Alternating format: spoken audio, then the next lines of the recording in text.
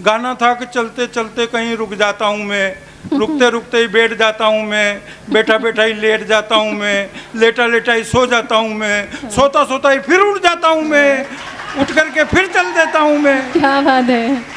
क्या यही प्यार है? और वो लड़की भी कह रही है हाँ हाँ यही प्यार है।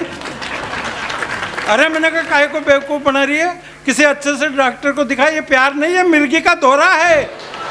बहुत सुंदर, क्या बात है। फिल्म करण अर्जुन में गाना आया, छत पे सोया था बहनोई, छत पे सोया था बहनोई, मैं तने समझ के सो गई, मुझे माफ करना राणा जी, मैं दीवानी सी हो गई। वारी दीवानी, वो तो छत पे कोई बहनोई सीधा साधा सा होगा कि चोली के पीछे न दिल है न जलवा है न जन्नत, अरे चोली के पीछे अमृत है अमृत, वो अमृत जिसे पीकर के बच्चा बड़ा होता है, जिसे पीकर ये समाज, ये देश, ये राष्ट्र खड़ा होता है। फिल्मों में गीतों की बड़ी दुर्दशा हो रही है आजकल। पिछले 60 सालों में फिल्मी गीतों का स्तर इतना गिरा है कि पहले जो पुराने गीत होते थे फिल्मों में, उसमें कविता होती थी, गीत होता था, पोएट्री होती थी, लेकिन अब तो पता ही नहीं पड़ता, उसका अर्थ निकालो तो अनर्थ निकलता है। बड़े उटपटांग गीत आते हैं सब ऐसे ऐसे।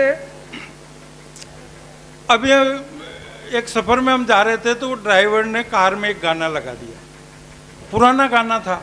अच्छा। मेरा पसंदीदा। मैंने कहा यार रिवाइंड कर, 2-3 बार उसे सुना तो मैंने कहा इसमें तो बहुत बड़ी मिस्टेक है। गाना था कि चलते चलते कहीं रुक जाता हूँ मैं, रुकते रुकते ही बैठ जाता हूँ मैं, बैठा बैठा ही लेट जाता हूँ मैं, लेटा लेटा ही सो जाता हूँ मैं, सोता सोता ही फिर उठ जाता हूँ मैं, उठ करके फिर चल देता हूँ मैं। क्या बात है। क्या यही प्यार है?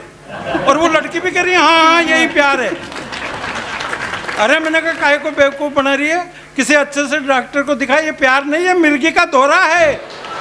बहुत सुंदर, क्या बात है, बहुत खूब। ऋतिक रोशन का गाना आया, उसमें पता ही नहीं पड़ता गाना शुरू कब हुआ और खत्म कब होगा, एक ही लाइन को 20-20 बार। मैं तो टीवी देखता हूँ, अगर वो गाना आ जाता है टीवी बंद कर देता हूँ, इसके अलावा कोई चारा ही नहीं, दिमाग खराब हो जाता है। एक ही लाइन को मैं ऐसा क्यों हूँ, मैं ऐसा क्यों हूँ, मैं ऐसा, अब तू ऐसा क्यों, हमें क्या पता यार, तेरे मम्मी पे डैडी से पूछ, कोई मैन्युफैक्चरिंग डिफेक्ट होगा। गाने आते हैं गोरे गोरे गाल मेरे, मैं क्या करूँ, अब ज्यादा ही प्रॉब्लम है तो किराए पर दे दे। बढ़िया है, इसमें हमसे पूछने की क्या जरूरत है। किसी के पास 2-3 मकान होते हैं, 2-3 फ्लैट होते हैं, तो वो भी तो यही करता है, नीली नीली आंख मेरी, मैं क्या करूं, फोड़ ले। पर्वतों से आज मैं टकरा गया, क्यों टकरा गया भाई, अंधा है क्या। फिल्म करण अर्जुन में गाना आया, छत पे सोया था बहनोई, छत पे सोया था बहनोई, मैं तने समझ के सो गई, मुझे माफ करना राणा जी, मैं दीवानी सी हो गई। वारी दीवानी, वो तो छत पे कोई बहनोई सीधा साधा सा होगा।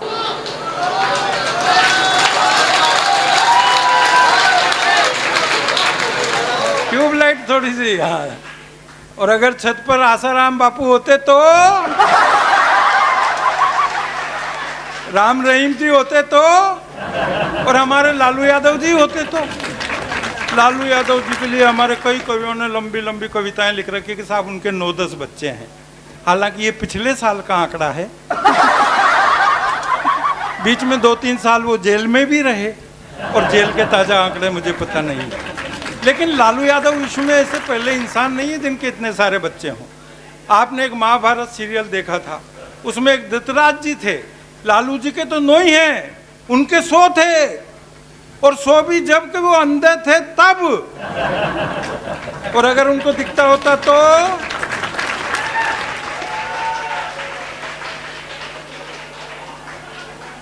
तो फिर सिर्फ 2।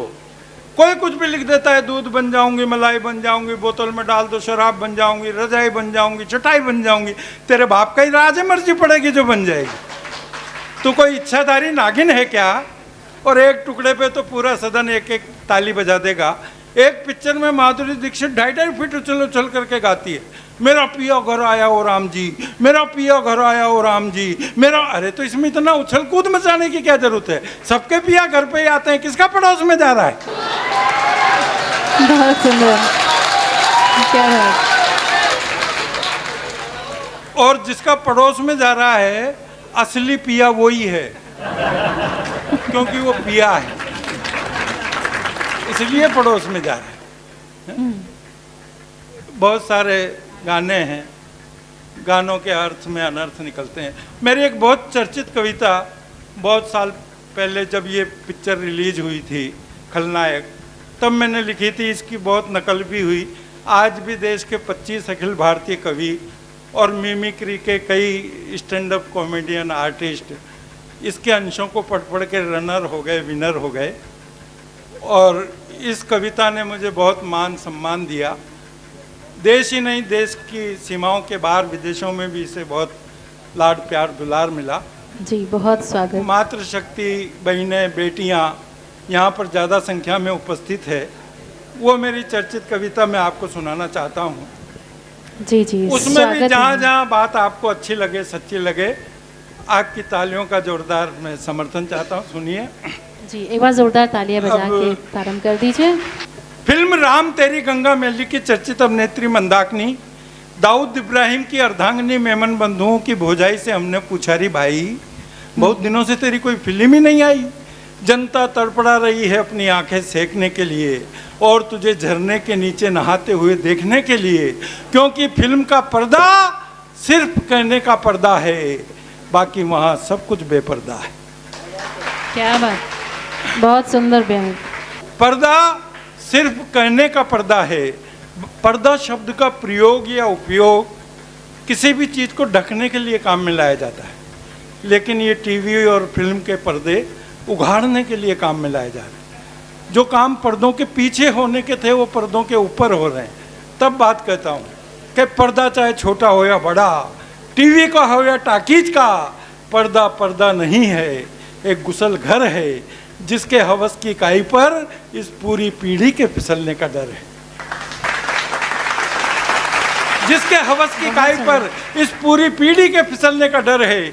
बेशर्मी का साबुन है, बेशर्मी के झाग हैं, शावर के पानी में सेक्स की आग है, भारत की डपली में पश्चिम की राग है, और सभ्यता के टावल पर अनगिनत दाग हैं, और संस्कृति अंडरवियर बनियान की तरह खूंटी पर टांगी हुई है।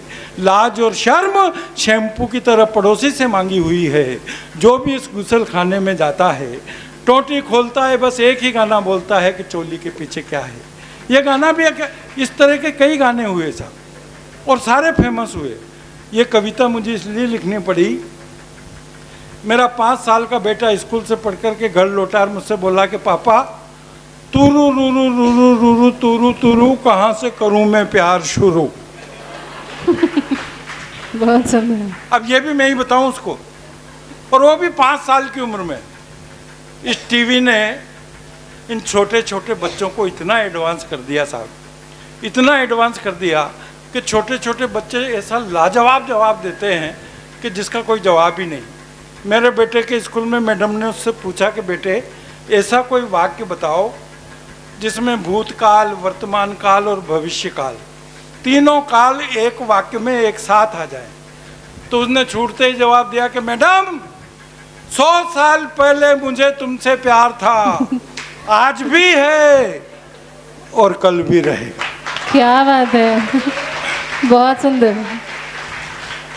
ऐसे ऐसे लाजवाब जवाब बच्चे देते हैं, प्रश्न ऐसे उटपटांग करते हैं कि बड़े बड़े बुद्धिजीवी निरुत्तर हो जाते हैं। एक दिन मेरे बेटे ने मुझे से पूछ लिया, बोले पापा आपकी शादी हो गई? मैंने कहा हो गई। उसने तुरंत दूसरा सवाल ठोक दिया, बोले पापा आपकी शादी किससे हुई? मैंने कहा बेटे मेरी शादी तेरी मम्मी से हुई। वो बोला पापा आपने भी गजब ही कर दिया, हद ही कर दी यार, घर के घर में ही शादी कर ली।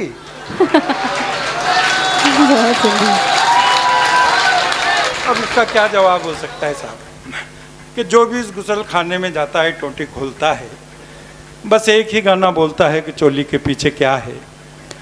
ये गाना भी एक अजीब पहेली है जो सुलझ ही नहीं पा रही है, और 3 पीढ़ियां इस गाने को जन्म गन और मन की तरह से गा रही हैं। पिछले कई दिनों से प्रश्न हर आम आदमी के पीछे भागता है। दूध पीता बच्चा अपनी माँ का आंचल पकड़कर सवाल दागता है कि चोली के पीछे क्या है। अब उसे कैसे बताएं, कैसे समझाएं कि चोली के पीछे न दिल है, न जलवा है, न जन्नत। अरे चोली के पीछे अमृत है, अमृत। वह अमृत जिसे पीकर के बच्चा बड़ा होता है, जिसे पीकर ये समाज, ये देश, ये राष्ट्र खड़ा होता है। बहुत सुंदर, बहुत सुंदर, वाह वाह। चोली के पीछे अमृत है, अमृत। वह अमृत जिसे पीकर के बच्चा बड़ा होता है, जिसे पीकर ये समाज, ये देश, ये राष्ट्र खड़ा होता है, जिसे पीकर दशरथ नंदन राम रावण का संहार करते हैं। गोकुल के ग्वाले दाऊ जी के भैया कृष्ण कन्हैया जिसके हर स्वरूप से प्यार करते हैं, जिसके लिए धनुर्धर अर्जुन अपना गांडीव टंकारते हैं, जिस अश्लीलता के लिए कृष्ण पूतना को मारते हैं, जिसकी आन के लिए महाराणा प्रताप घास की रोटी खाते हैं, जिसकी शान के लिए शिवाजी औरंगजेब से टकराते हैं, जिसकी प्रेरणा से अंधा पृथ्वीराज मोहम्मद गोरी को मारता है, जिसका वास्ता देकर सीमा का सिपाही दुश्मन को ललकारता है, जिसके खातिर चंद्रशेखर आजाद अपनी जवानी भूल जाते हैं, और जिसे पीकर भगत सिंह फांसी के फंदे पर भूल जाते हैं। बहुत सुंदर, वाह वाह, बहुत खूब। जिसे पीकर भगत सिंह बहुत सुंदर, फांसी के फंदे पर झूल जाते हैं। यह गान का नहीं, गुणगान का विषय है। आन बान मान सम्मान का विषय है। माँ के ममत्व और स्वाभिमान का विषय है सुभाष दे और सावन कुमार। अरे आखिर तुमने भी तो इस अमृत को पिया होगा रे यार। अगर तुमने वास्तव में अपनी माँ का दूध पिया है तो अपनी माँ की छाती पर अपने जवान नाखून अंकित मत करो, और भगवान के लिए, भगवान के लिए, भगवान के लिए पन्ना दाई की कहानी को कलंकित मत। बहुत सुंदर, बहुत सुंदर, वाह वाह। भगवान के लिए पन्ना दाई की कहानी को कलंकित मत करो। चोली के पीछे वात्सल्य का दूध ही रहने दो। हवस का जहर मत भरो, हवस का जहर मत भरो। बहुत सुंदर।